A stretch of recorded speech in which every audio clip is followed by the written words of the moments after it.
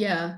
Well, I feel for sure there's been a cost because one issue for sure that I feel regret about is that I just don't speak Taiwanese or Mandarin better. I don't speak Mm, Mandarin at all, which I actually don't personally actually don't care that much about that because my parents have been very all about independence for Taiwan and stuff. So they were, totally. so they were more about speaking Taiwanese anyway, but and yeah, anyway, so that's a whole other thing is that everybody in our family spoke Taiwanese, but like but that I don't speak Taiwanese better, I think is something that I feel kind of sorry about. And my sister has, gone back to Taiwan and like learned Taiwanese and kind of like assimilated herself into Taiwanese culture, during this 1 year when she was, I can't remember how old she was, but anyway, it was sort of like before she went to graduate school.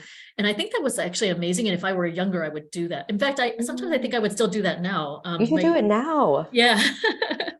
I know it would be amazing, right? And so there's things like that that I still kind of wish that I could do and I feel sorry about. And I think it's not so much that I think the identity question though is like that I always prioritize other things. Like I never prioritized like, maintaining Taiwanese language, which I think Mm, is like, to me, I feel kind of like regret about like, it's not like I've been like actively not, listening to it. Cause like every time I go back home, my parents are speaking it. My grandparents were alive, they were speaking it, stuff like that. But it's like, I never really made any huge effort to kind of, to really kind of keep a deep connection to my roots, but that's over other things like, oh, architecture school, mhm.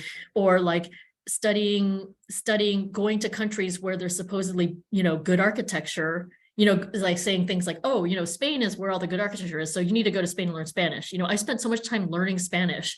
And if I think like, if I had spent that much time learning Taiwanese, it would be awesome, but I actually spent a huge amount of time learning Spanish.